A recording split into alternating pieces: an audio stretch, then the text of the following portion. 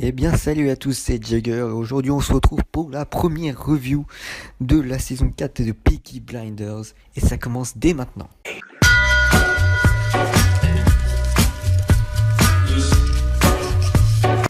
Enfin et enfin le retour de cette série qu'on en attendait tous, du moins tous entre guillemets parce que je trouve que cette série est sous-cotée. Donc cette saison 3 s'était terminée sur l'arrestation des membres de la famille Shelby, mis à part Tommy bien évidemment, qui les avait entre guillemets dénoncés pour... on suppose que ceci avait un lien avec sa mission avec Churchill. Et cet épisode commence avec un petit suspense, parce qu'en effet la famille est donc condamnée à mort, mais le jour de la pendaison est décalé d'un jour. Mais c'est pas pour autant que ça va impressionner Tommy. Au contraire, comme dans les saisons précédentes, il va jouer avec le chantage. Et cette fois-ci, il va carrément aller voir un membre de la royauté, on pense, qui va lui faire un chantage sur une lettre qu'il avait obtenue lors de son braquage, dénonçant le roi George sur la complicité de ce braquage. Sacré négociateur, ce Tommy. Tous les membres de la famille sont donc libérés à la dernière minute, mais vraiment à la dernière, même seconde, je dirais. Et on y trouve juste après une ellipse de 1 an. Donc après leur libération, où l'on découvre les Shelby qui vont s'apprêter à fêter Noël. Donc chacun vit de son côté. On y découvre une famille plutôt séparée et un peu plus faible. Donc je vais énumérer plusieurs personnages principaux de la famille Shelby, je vais dire. Donc on va commencer par Arthur. Donc on avait découvert que aux saisons précédentes que Arthur devenait de plus en plus faible depuis qu'il avait rencontré sa femme. Et on y remarque vraiment qu'il devient encore de plus en plus faible. Enfin après tout, on va pas lui en vouloir, mais il vit une vie de père au fond de sa campagne avec sa femme, il veut vivre paisiblement. Mais voici une petite phrase de John qui est plutôt sympathique, qui montre vraiment que Arthur est devenu un peu une petite chochotte, on va pas se le mentir. Je vous laisse regarder. How's Arthur? For Christmas, get him a sewing kit. So he can sew his fucking balls back on. Enfin bon, on pense quand même que Arthur va revenir avec les événements qui vont arriver, mais on en parlera juste après.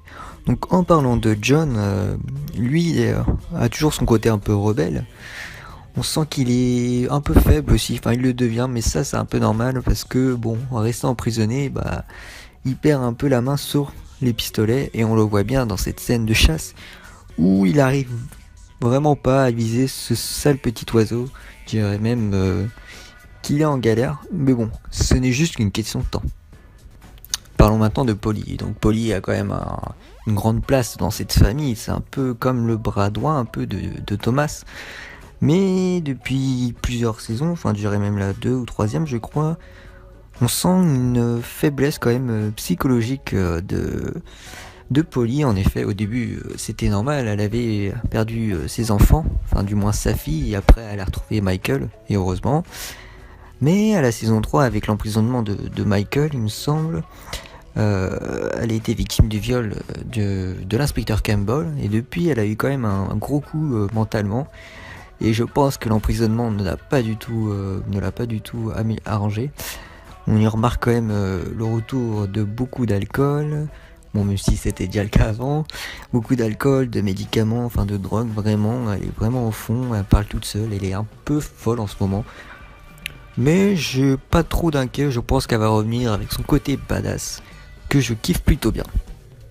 Enfin bon, maintenant parlons de Michael et puis de Ada qui eux ont repris le travail avec la Shelby Company Limited. Donc on y découvre qu'ils ont pas l'air, on sent qu'ils ont un petit quelque chose contre lui, enfin surtout Michael, mais rien de plus inquiétant. Donc on peut voir quand même que Shelby Company Limited a reçu une grosse extension quand on y découvre que Thomas est maintenant quand même à la tête de plusieurs entreprises qui sont citées par une jeune femme. Encore une apparition d'une nouvelle femme qui va peut-être avoir une petite importance dans cette saison, qui est peut-être tombée sous le charme de Thomas encore une fois. Donc cette femme est juste une responsable du syndicat et En gros, elle dénonce les inégalités de salaire entre les hommes et les femmes. Mais dans cet épisode et dans cette saison, je sais pas si ça aura une grosse importance, mais bon, ça, c'est un bon choix de la série qui montre, qui dénonce l'inégalité qui existe encore dans la société actuelle. Mais bon, maintenant parlons du gros sujet de cet épisode et même qui va être le sujet de toute la saison ou même de la prochaine saison, nous ne savons pas. Mais il nous faut un peu quand même d'action et même beaucoup avec l'arrivée d'un nouvel ennemi, enfin un nouvel ennemi, pas trop parce que finalement nous l'avons vu un peu avant mais sous une autre forme entre guillemets. Donc rappelons-nous, c'était dans la saison 2 ou 3 il me semble, c'était un certain Bichette Changletas qui était un Italien qui avait recruté un homme qui avait assassiné Grace durant une soirée. On se rappelle très bien, Tommy l'a capturé et a voulu le torturer, mais bon, Arthur avec son côté un peu, pacifique on va dire, il a voulu abréger ses souffrances parce qu'il trouvait que ça servait à rien et a donc mis une balle dans la tête de ce Vicente Changletas. Mais ceci a dû avoir un impact dans l'Amérique où se trouve la famille, bien évidemment, c'est la mafia. Et on y retrouve son fils qui est Luca Changretta, qui lui va avoir une importance, qui va être l'ennemi de taille, je pense, face aux Peaky Blinders. Et on le retrouve dès l'épisode 1 qui il va frapper assez fort. En effet, chaque membre de la famille de Shelby vont recevoir une lettre avec une main noire qui représente la mafia. En effet, la mafia arrive à Londres et je peux vous le dire, ils vont pas venir ici pour poser du lino. En effet, on y voit une scène dans un port, il me semble que Luca ne va pas venir tout seul, il arrive avec quand même plusieurs Italiens et je pense que ça va être quand même une grosse guerre entre ces deux camps. Et ça commence aussi dès l'épisode 1, on y retrouve Tommy qui parle avec sa servante, qui lui parle d'un certain sous-chef, et même son chef qui était italien, mais son sous-chef qui venait tout juste de débarquer il y a environ 2-3 mois, et dès ce moment-là, on y trouve quand même que Tommy est un peu tendu, mais il va quand même aller dans la salle de cuisine, on va dire, et on rencontre un certain Antonio. Alors ce Antonio va avoir quand même plusieurs soupçons envers Thomas, et on y découvre que ce fameux Antonio a été recruté pour sûrement assassiner Tommy, mais aussi toute sa famille avec même les enfants, vu que le lendemain ça allait être le fameux repas de Noël avec sa famille, enfin du moins ses enfants, et une partie de sa famille jetant, je ne me rappelle plus de son ami fidèle, mais il devait être présent. Il va donc décider de tendre un piège dans la boucherie, et il va carrément faire une boucherie, on va le dire, un gros massacre même avec un gros crochet, il va l'empaler, on va dire, avec ceci dans sa gorge. C'est une scène plutôt, une scène sanglante comme on les aime. Et ça montre quand même que l'épisode 1 va bien, démarre directement, alors qu'on avait tendance avec les autres épisodes, les autres saisons du moins, que ça va un peu de temps à se démarrer, mais là on rentre directement dans le vif du sujet. Et dès la réception quand même de la lettre, on y remarque que cet épisode va très vite dans les événements. Tout le monde s'appelle, du moins Thomas appelle Arthur pour le prévenir qu'il y aura une réunion.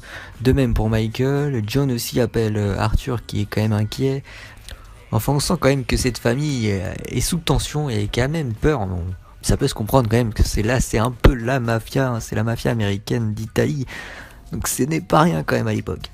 Tommy décide donc de quitter son domicile parce qu'on sait très bien que le lendemain il va recevoir plusieurs Italiens devant chez lui, donc il décide de partir dans la première ville, je ne sais plus, c'est la première ville de la saison 1, où il y a le Garnison, je crois c'est Small Earth, un truc comme ça, c'est le premier petit village où tout a commencé.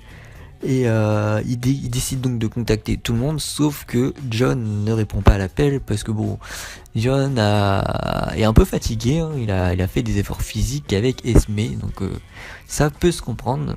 Donc il demande à Michael d'aller le chercher le lendemain. À la fin de cet épisode, on voit Michael qui va donc chercher John dans son domicile. Et moi personnellement, j'ai direct eu peur parce que quand Michael arrive dans cette petite ruelle, on voit qu'il est énervé et qu'il klaxonne envers un petit chariot, enfin un campagnard qui déplace son chariot avec ses bottes de foin. Et cette scène m'a clairement fait penser. Je sais pas si vous vous rappelez de la scène dans le Parrain 1 avec Sonny. Sonny qui se fait tuer dans le péage. Il s'énerve et klaxonne devant la voiture qui n'avance pas devant le péage. Et ben cette scène m'a fait penser à la même chose et j'ai direct été un peu... j'ai pris du recul et je m'attendais à un truc à la fin de cet épisode. Et j'avais bien raison sur le coup parce que du coup John arrive chez... non pas John, Michael arrive chez John. Et va donc essayer de le convaincre de venir à cette réunion, mais Esme va l'en empêcher. Et bizarrement, ce petit chariot va se déplacer et arrive bien évidemment devant chez John. Et tout à coup, les foins, les bottes de foin vont tomber. Et on va y avoir trois Italiens avec des Thompson et quelques pistolets qui vont buter John. Donc clairement, John est mort. Ok, on est tous d'accord, il s'est quand même pris plusieurs balles. Mais Michael, je pense pas qu'il soit mort clairement. C'est peut-être un peu trop déjà que les Peaky Blinders dans les personnages principaux ne sont pas beaucoup. Mais je ne pense pas qu'ils vont faire tuer Michael. Il est sûrement blessé, mais je pense qu'il va quand même revenir assez rapidement. Donc sur cette triste mort de John, je pense que le prochain épisode va être assez mouvementé aussi, quoique je ne sais pas trop parce que on aura peut-être une envie de vengeance, mais en même temps on sera quand même sous le deuil. Ça va peut-être faire réveiller certains, je dirais même Arthur ou Polly qui vont revenir, mais ça pourra peut-être aussi permettre de développer d'autres personnages comme Finn, parce que Finn normalement s'est fait arrêter je crois.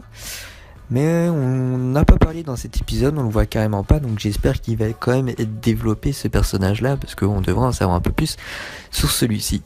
Donc je pense que ce sera tout pour cette vidéo, j'ai rien oublié me semble.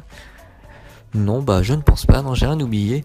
Donc sur ce, vu que c'est ma première vidéo, je vais vous demander d'avoir quand même des avis positifs ou négatifs. J'accepte tout tant que c'est quand même assez argumenté pour que je m'améliore, parce que je pense que c'est sûr, ce n'est pas parfait, c'est ma première vidéo. Donc dites-moi si ça vous plaît ce genre de review. Je ne compte pas me montrer pour l'instant comme les autres reviews des autres séries, mais pourquoi pas un jour, mais pas tout de suite. Donc je pense que je vais revenir avec l'épisode 2 parce que je suis un peu en retard, je mets la vidéo le jour de la sortie de l'épisode 2, donc je ferai l'épisode 2 juste après normalement. Donc voilà, n'hésitez pas à mettre un like et à vous abonner, et à la prochaine, salut.